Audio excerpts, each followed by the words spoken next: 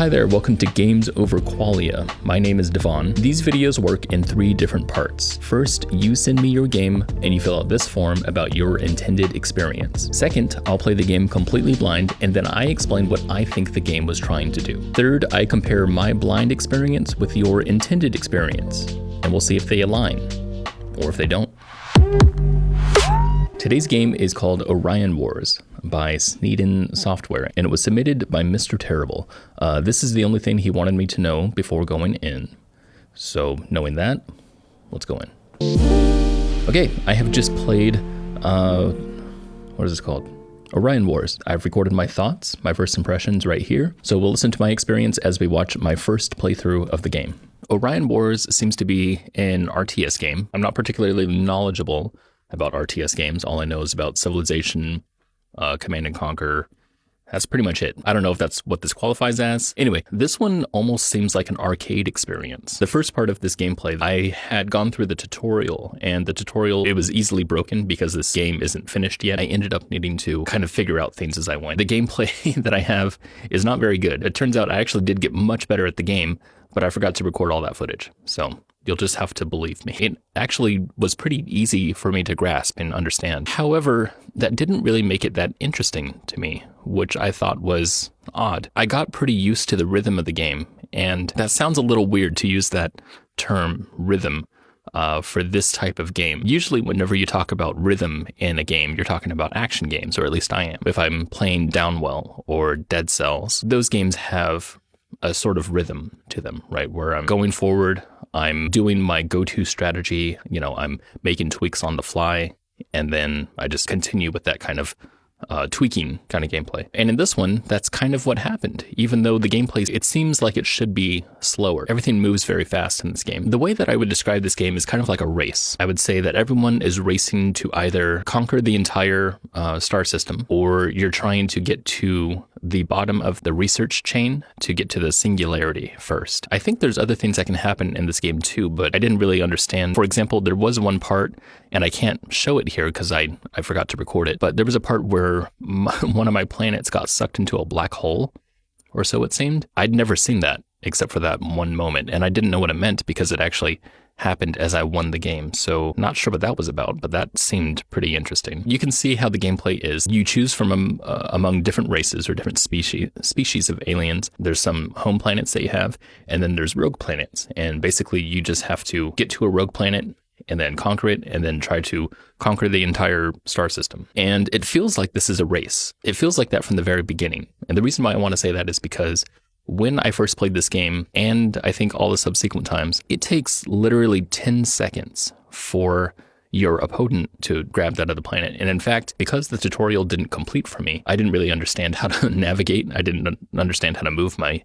units to other planets. So 10 seconds into the gameplay, I was already lost. And in fact, I had already lost at that moment because I didn't conquer any of the planets. But regardless, the fact that you can even see your opponents at first seems a little weird to me because I feel like in most RTS games, you can't see your opponents yet. I feel like they're usually fogged off, where there's just some sort of thick black fog. You're supposed to go out and kind of explore to see where they are. But this one, you can see everyone all at once. Although this does have zooming in and out functions, so I do wonder if that's going to be something that's added later perhaps, because at the moment, zooming in and out doesn't really seem to do anything other than you just see your units in more detail, I guess. But yeah, this basically functions as a minimal take on an RTS game. And the reason why I want to call it a race is because it feels like everybody has the same goal, which they do, right? It's to conquer everything, or it's to get to the singularity first. Everyone has the same goal, and they're working up to that goal as fast as possible. The issue that I have with that, it doesn't feel very interesting. And I felt kind of bored with my experience, even though I did get much better at this. I want to say I played 7 more times as a specific race. I found my favorite race, which was the blue people, and the blue ones get some sort of bonus when you conquer a new planet, then you get some sort of bonus. I can't remember what it was, but I kept doing that one, and I won so many times. But the difficulty curve was pretty hard for me. So at first I started losing like a whole lot. What I decided to do was I decided to teach myself the game by lowering the difficulty to really easy and then making the star system really small. Then that gave me the ability to kind of grasp things at my own pace. And so once I did that, then I was able to play that a little bit more and play it a little bit more and gain a little bit more traction. And then I would increase the difficulty and then increase the size of the star system and play a little bit more until I was much better at it. And then I got really good at doing this whole thing. But I fell into a rhythm. And that's kind of weird to me, again, for this game. And I think it's because this game kind of lacks depth. After having played the game, it feels like this game is really ambitious. And what I mean by that is that the game has, very minimal things to it. You have sliders in your production allocation window. And those sliders include your population, your research, and your defenses. You basically have to, decide which one to allocate all of your resources into. And it's a really cool system. I really like that idea of having a percentage where you slide one slider and then the others fluctuate, depending on where you put your slider. It's a really neat system. However, because those things are so limited from a design perspective, you have to figure out what types of things those sliders allow the player to do. Because at the moment, it feels like each of those things only does one thing. And what I mean by ambitious here is usually when someone creates like a really complex game, it comes with a certain amount of depth already. Now, it is possible to create a really complex game with zero depth. If you imagine a paint program, for example, a paint program has a bunch of choices that you can choose. It's really complex in terms of mechanics, but there's no depth to any of the choices that you make because the system doesn't exist, right? Now, you could argue that there's, an infinite amount of depth depending on who plays the program. But in a design sense, there's no depth to a painting program. But all the choices are really complex, right? Because there's a bunch of different things you could do. So a game like checkers, there's not a whole lot of things you can do. You can only move your piece one of two ways, basically. And you can either move diagonally one way or the other, or you can hop over a piece. And once you hop over a piece, if you're next to another piece that you can take, then you have to hop over that piece too. But that's pretty much it, right? It's not that deep of a game, and it's fairly deep. It creates some type of competition where when you're playing against somebody, you don't really know what's going to happen because each decision that you have is kind of experientially different. In order to make that deeper, we would need each of the choices to have more experientially different things that would happen. There's something that I often get confused when it comes to game design depth. There's two ways of looking at it, as far as I can tell. There's the player psychology kind of way where you look at something and you make a specific decision for a specific reason and you form a kind of strategy, a different purpose to why you're making that decision. For example, this could be a very expressive type of thing, say in the skateboarding simulation session. You could choose to do a kickflip one way, or you can choose to do a kickflip a different way, or choose to do a kickflip down a set of stairs or over a cone or something like that. All of those are experientially different types of decisions that you can do. However, they're not presented in the system as experientially different. They're all just in the system as a kickflip. Now, when we're talking about systemic depth, that is different. That doesn't have to do with player psychology. This is something that chess is a really good example of. Say you're, 16 moves into a game. You're presented with a lot of decisions that you could make. There's a type of possibility space in front of you that didn't exist at the beginning of the game. That's the kind of thing that is known as depth in a system. So where a system can branch off into many different types of choices and not just a single choice. I just wanted to differentiate between those two because I often confuse them. When I'm talking about depth in this game, I do believe it has low depth systemically, but I might just be out of my own depth when I'm explaining it. But that's no easy feat, to create a really deep game from a minimal amount of things. That's what I mean by ambitious. Having these 3 sliders for your production allocation and creating a really deep game from those, I feel like would take a lot of design work. And I feel like that depth just isn't here yet. For example, if I decide to grow my population, what things does that allow me to do in the game? It allows me to create a bunch more ships, and I can move those ships to other planets. So perhaps when I park myself onto a planet, then I want to grow my population so that I can start to do other things. So it kind of enables me, and it kind of enables travel. Population kind of lets me do other things, basically. It lets me create the other things more. Like the more people that you have, the more planets that you can get, and the more you can attack, and the more you can build defenses, and so on and so forth. So it's basically just that. What does research allow me to do? Well, it allows me to discover the next node on the research, which of course, the nodes give bonuses. So those are kind of experientially different, but those are just nodes and they're all predetermined. The only depth that comes from research is what I'm given in each node. And then defenses, that only builds up defenses. Like if someone comes to attack my planet, if I have enough defenses, then they won't succeed. There's not much else I can do. The only experientially different thing that really happens is I might be able to fly faster when I get to a certain node on the research. I might be able to build defenses faster. I might be able to attack faster. My attack might raise. I might be able to grow my population more, but everything's really just dependent on growing on this tree. As far as experientially different choices, I'm not really provided with anything different. I'd say this is really ambitious because it's really difficult to create such depth from something so simple. I think a good way to test this is to see how many different types of strategies can be done. Have people play the game and ask them what kind of strategy they used. And if it turns out that everyone's utilizing the same strategy, well, then you have a game that doesn't have that much depth. And it seems like this game's depth really only comes from the species that you choose. And that's about it. Okay, so those were my thoughts on Orion Wars. I'm now going to read the devs' intentions and compare my experience to their intentions. So question 1 was, what were you hoping that the player would feel while playing your game? This dev answered, I want the 4X experience in 20 to 30 minutes. Question number 2 was, why did you choose this experience? The developer answered, as I get older, I wanted to play games in smaller chunks and not massive 12-hour campaigns. I wanted to make a game that I would want to play and be able to play on a lunch break, etc. Question number 3 was, were there specific moments, mechanics, or ideas that you built around that emotional goal? Their answer was, the game evolved from a turn-based to more RTS to accommodate the time frame. I really want that feeling of dominating your opponents from researching the singularity to be impactful. Master of the universe. By the way, this channel completely runs on donations. I don't charge for any of this. You can buy me a coffee if you'd like. There's a link in the description. So I have researched game design for quite a long time, but I was actually unfamiliar with the 4X experience, so I went ahead and looked it up.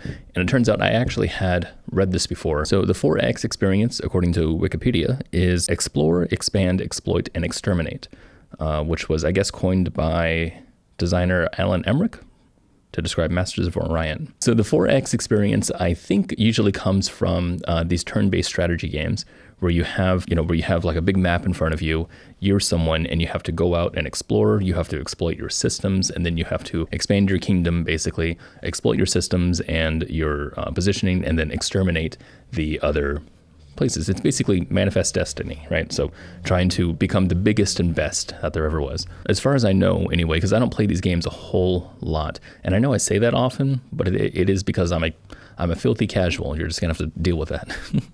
I just happen to like game design a whole lot. But those experiences, let's see, I think they usually come from Civilization. At least that's what I remember. I don't know if Command and Conquer is something that's similar. The 4X experience, I did not experience all of that. I would say that this is a 2X experience. This is expand and exterminate. I did not feel any exploration or exploiting in here.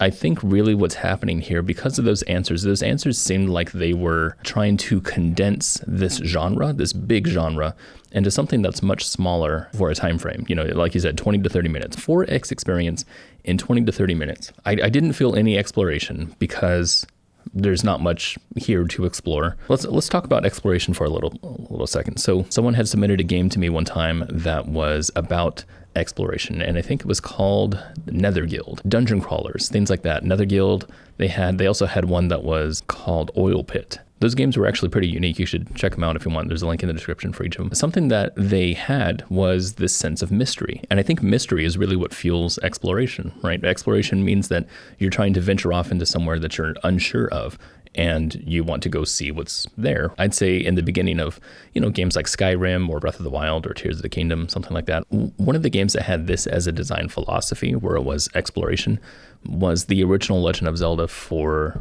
the NES. Shigeru Miyamoto had said that he wanted to put this idea of discovering caves like when he was a kid, and so he just put that into the game and didn't tell the person where to go. And when he made Super Mario Bros., the level design in there was very linear. It's very much teaching the player everything they need to know about the game before they go ahead and play the rest of the game. Whereas Zelda is completely filled with mystery. You have no idea what anything is. And the first thing that you do is you go into a cave, grab a sword. I think that's the first thing. And then just, you're on your own, kid. Like, go try to do something, right? And try not to die.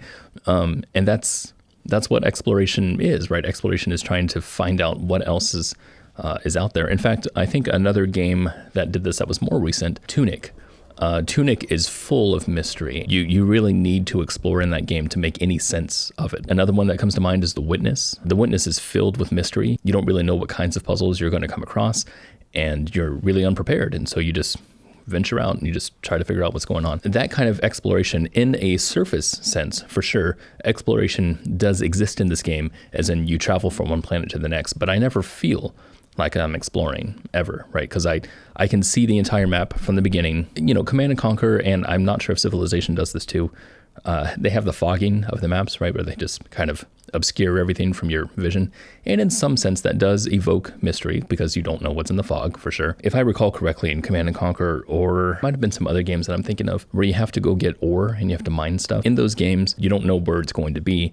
So you just continue forward through the fog, hoping that you're going to find some sort of ore or something like that. But you don't know if you're going to come across like another army or an opposition of some sort. There's danger involved. It's that not really knowing what's going to be ahead of you that I think really fuels that feeling of exploration, right? Venturing out to somewhere. And then there's the other X that I thought was missing, which was exploit. It seems like from what I've seen on the internet, the term exploit is usually talking about your resources, right? Taking your resources and using them to the best of your abilities. They usually mean external resources, things like ore, things like uranium, or something that exists that you have to go and find, get, and then use, right? Something like a factory kind of thing. And in this game, Orion Wars is much more abstract, meaning that all you have are sliders that exist on your production allocation window. It's as if you already have everything that you need. Now you just need to allocate them one way or the other. The reason why you make any choice to allocate for either population, research, or defenses, they're all geared toward either protecting your planet or going out and attacking someone else's planet. Now, I've said this before in games like Doom 2016, I think, and how design philosophy works across all types of mechanics. Doom 2016 is all geared around destroying the enemy, right? Taking your guns and killing demons, basically. And you can see that basically everything in that game, when you kill an enemy, they give you ammo and health, things that will help you kill other enemies. The level design in Doom 2016 is meant to carry momentum, meaning not stop your forward movement until you come to arenas, places that are big and open so that it can facilitate more combat. So everything that you're doing in the game is centered around combat. It's all designed for combat. Same for a game like Banjo-Kazooie, where Banjo-Kazooie is designed to be a collectathon, meaning all of the levels are very sprawling so that you have to navigate your way around the whole world to find all these little objects, right? The worlds are usually pretty detailed. Even back in the N64 days, the worlds are detailed enough to where you have to go inside of things and outside of things and really explore to try to find all of these little things. And again, it's designed for collecting because everything is around collecting those things. The feathers that you get, are to help you fly in order to reach other places. It's a lot of that design that's coming back toward one thing. And when I look at this game, the design seems to be all centered around exterminating. As far as I can tell, it seems like the defenses that I'm building up are to protect myself from other people attacking me, right? Make sure that I own my space and make sure that I can defend myself enough to attack them also. And while that's totally fine, I think that's a great thing. That would explain why this feels like an action game, or why it feels like a slow motion kind of action game, as opposed to a 4X experience, as opposed to like this big Manifest Destiny thing. It feels like a much more smaller version of that, which is, I know what you were trying to do, so it makes sense that this feels like a 2X game. Expand and exterminate. It feels like that to me. It does not feel like I'm exploiting any kind of systems. It doesn't really feel like I'm exploring at all. That's just my take. I have no idea how to design these games, so I'm not going to give you design advice. But what it seems like you've created is a streamlined type of game, a game that's very toward one specific type of goal. Expand and take over everything, be the master of the universe in a very short period of time. So I think you did what you wanted to do, if that was your intention. If instead you wanted to be more expansive, I felt like it didn't really do that for me. So Sneeden Software made this game. Mr. Terrible was the name of the person who gave this game to me, Mr. Terrible. If you want to provide a link for people to play this game, please either comment it or give me the link and I'll put it in the description. Otherwise, that is everything. Thank you so much for submitting your game and putting it into a vulnerable spot. At this time, if you want to submit a game to me and you're not this developer, at this time, I am at capacity. I don't have any more slots for games. I'm full up until 2027 as of this recording. However, there is a wait list. If you'd like to submit your game for a possible future episode, then you can check that out. I've also got a Patreon. If you are interested in supporting this work, I really appreciate it. And I will see you guys in the next one. See you later. Peace.